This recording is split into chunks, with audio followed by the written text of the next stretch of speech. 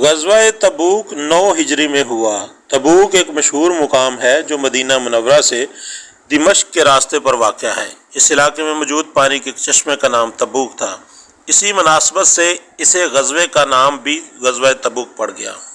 معرکہ موتا کے بعد رومی سلطنت نے مسلمانوں پر حملہ کرنے کا ارادہ کیا۔ غسانی قبائل جو شام میں رومیوں کے زیر اثر تھے اور مسیحی مذہب سے تعلق رکھتے تھے، ان کو کیسر روم ہرقل نے اس لڑائی کے لیے ابھارا۔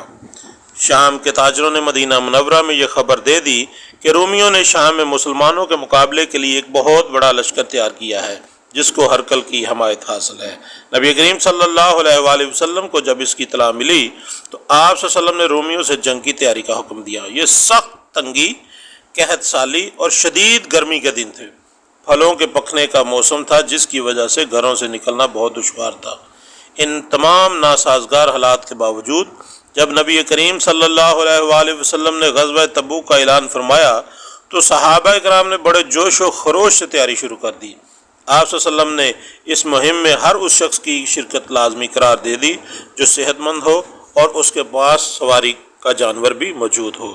نبی کریم صلی اللہ علیہ وآلہ وسلم نے غزوہ تبوک کی تیاری کے لیے مال و اسباب اکٹھے کرنے شروع کر دیے۔ نبی کریم صلی اللہ علیہ وآلہ وسلم کے حکم پر صحابہ کرام نے اپنا مال و دولت آپ کے قدموں میں نچھاور کر دیا۔ حضرت ابو بکر صدیق رضی اللہ تعالیٰ عنہ نے اپنے گھر کا سارا مال نبی کریم صلی اللہ علیہ وسلم کی خدمت میں پیش کر دیا۔ رسول اللہ صلی اللہ علیہ وآلہ وسلم نے ان سے دریافت فرمایا، تم نے اپنے گھر والوں کے لیے کیا چھوڑا؟ سیدنا ابو بکر صدیق رضی اللہ تعالیٰ عنہ نے عرض کیا، میں ان کے لیے اللہ اور اللہ کے رسول کی محبت اور الفت کو چھوڑ آیا ہوں۔ اس موقع پر حضرت عمر فاروق رضی اللہ تعالیٰ عنہ نے اپنے گھر کا آدھا مال نبی کریم صلی اللہ علیہ وآلہ وسلم کی خدمت میں پیش کیا۔ حضرت عثمان لشکر تبوک کی تیاری کے لیے 100 گھوڑے، 900 اونٹ اور 1000 دینار لے کر حاضر ہوئے۔ آپ نے ایک تہائی لشکر کو ساز و سامان مہیا کیا۔ حضرت عبد الرحمن بن عوف نے 4000 درہم، سیدنا عاصم بن عدی رضی اللہ تعالیٰ عنہ نے 90 وسق یعنی 500 کلو گرام کھجوریں پیش کیں اور حضرت ابو عقیل نے رات بھر مزدوری کر کے نصف سا کھجوریں کما کر اللہ کے نبی صلی اللہ علیہ وسلم کی خدمت میں پیش کی۔ صحابہ کرام کے ساتھ ساتھ صحابیات نے بھی اپنے اموال رسول اللہ صلی اللہ علیہ وآلہ وسلم کی خدمت میں پیش کیے۔ سیدہ ام سنان اسلمیہ رضی اللہ تعالیٰ عنہ بیان کرتی ہیں کہ میں نے سیدہ عائشہ رضی اللہ تعالیٰ عنہ کے حجرے میں رسول اللہ صلی اللہ علیہ وسلم کے سامنے ایک چادر بچھی ہوئی دیکھی جس میں مسلمان خواتین اپنے ہار، چوڑیاں، انگوٹھیاں، جھمکے، دیگر زیورات اور کپڑے ڈال رہی تھیں۔ نبی کریم صلی اللہ علیہ وآلہ وسلم نے غزوہ تبوک کے موقع پر حضرت علی رضی اللہ تعالیٰ عنہ کو مدینہ منورہ میں اہل بیت کی حفاظت، گھریلو اور دیگر امور کی سر انجام دہی پر مأمور فرمایا۔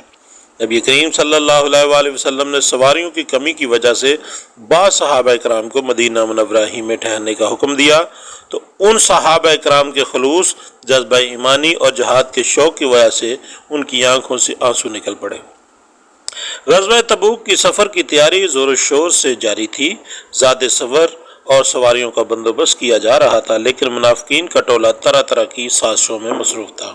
منافقین کے لیڈر جد بن قیس اور عبداللہ بن ابی جہاد کے لیے نکلنے پر قطعاً راضی نہ تھے۔ وہ اپنی جماعت سمیت مسلمانوں کے حوصلے پست کرنے اور رومیوں سے خوف زدہ کرنے میں مشغول تھے۔ جب نبی کریم صلی اللہ علیہ وآلہ وسلم اسلامی لشکر لے کر تبوک کی طرف روانہ ہوئے تو منافقین کا سردار عبداللہ بن ابی سنیت الوداع کے پاس زباب نامی مقام پر اپنے ساتھیوں سمیت یہ کہہ کر واپس لوٹ گیا کہ اتنے گرم موسم میں حالات کی تنگی کے باوجود مسلمان رومیوں سے جنگ لڑنے جا رہے ہیں۔ رومی بہت طاقتور ہیں، ان کا مقابلہ کرنا کسی کے بس کی بات نہیں۔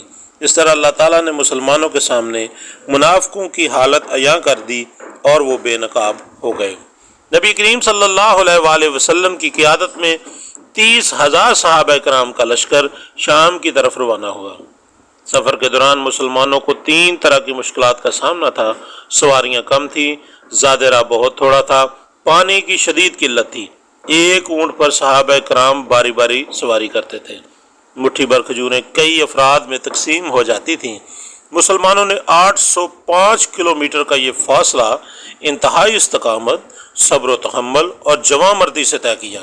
سامان کی کمی اور سفر کی تکلیف کی وجہ سے اسے جیش الاسرت یعنی تنگی کا لشکر بھی کہا جاتا ہے۔ مسلمانوں کی جرأت مندانہ پیش قدمی کو دیکھتے ہوئے رومی فوج اسلامی لشکر کے مقابلے کی ہمت نہ کر سکی۔ اس غزوہ میں مسلمانوں کو بغیر لڑائی کے فتح حاصل ہوئی۔ نبی کریم صلی اللہ علیہ وآلہ وسلم صحابہ کرام کے ساتھ تبوک کے مقام پر 20 دن قیام فرمانے کے بعد مدینہ منورہ واپس لوٹ آئے۔ مدینہ منورہ واپسی پر عورتوں اور بچوں نے نبی کریم صلی اللہ علیہ وآلہ وسلم کا والہانہ استقبال کیا۔ غزوہ تبوک میں سیدنا کعب بن مالک، حلال بن امیہ اور مرارہ بن ربیع رضی اللہ تعالی عنہم اجمعین بغیر کسی معقول وجہ کے غزوہ تبوک میں شرکت کرنے سے رہ گئے تھے۔ غزوہ تبوک سے واپسی پر نبی کریم صلی اللہ علیہ وآلہ وسلم کے پوچھنے پر جب منافقین جھوٹے بہانے تراش رہے تھے تو انہوں نے آپ صلی اللہ علیہ وسلم کی خدمت میں حاضر ہو کر سچ سچ بتا دیا۔ آپ صلی اللہ علیہ وآلہ وسلم سے معافی طلب کی۔ آپ صلی اللہ علیہ وآلہ وسلم نے ان کے بیانات قبول کرتے ہوئے ان کی توبہ کی قبولیت اللہ تعالیٰ کے سپرد کر دی اور صحابہ کرام کو ان سے بات چیت کرنے سے منع کر دیا۔ اس معاشرتی مقاطع کو 50 دن گزر گئے جو ان کی زندگی کے مشکل ترین دن تھے۔ رسول اللہ صلی اللہ علیہ وسلم کو اللہ کی طرف سے وحی نازل فرمائی گئی اور ان کی توبہ قبول فرما لی گئی۔ صحابہ کرام حضرت کعب کو مبارکباد دے رہے تھے اور کہہ رہے تھے مبارک ہو، اللہ تعالیٰ نے تمہاری توبہ قبول فرما لی اور تمہیں معاف فرما دیا۔ حضرت کعب بن مالک رضی اللہ تعالیٰ عنہ مسجد نبوی میں نبی کریم صلی اللہ علیہ وآلہ وسلم کی خدمت میں حاضر ہوئے۔ آپ صلی اللہ علیہ وسلم کا چہرہ مبارک خوشی سے چمک رہا تھا۔ آپ صلی اللہ علیہ وآلہ وسلم نے فرمایا تمہیں آج کا دن مبارک ہو، یہ دن ان تمام دنوں سے مبارک ہے جو تمہاری پیدائش کے بعد آج تک تم پر گزرے ہیں۔ حضرت کعب نے عرض کی اے اللہ کے رسول، یہ معافی آپ کی طرف سے ہے یا اللہ کی طرف سے؟ آپ صلی اللہ علیہ وآلہ وسلم نے فرمایا یہ معافی اللہ کی طرف سے ہے۔ حضرت کعب نے عرض کیا اللہ کے رسول، چونکہ اللہ تعالیٰ نے مجھے سچ بولنے کی برکت سے نجات دی ہے اس لیے میں یہ عہد کرتا ہوں جب تک زندہ رہوں گا ہمیشہ سچ بات ہی کہوں گا۔ اللہ تعالیٰ نے مجھے سچ بولنے کی وجہ سے کس قدر حسین انداز میں نوازا ہے، سبحان اللہ۔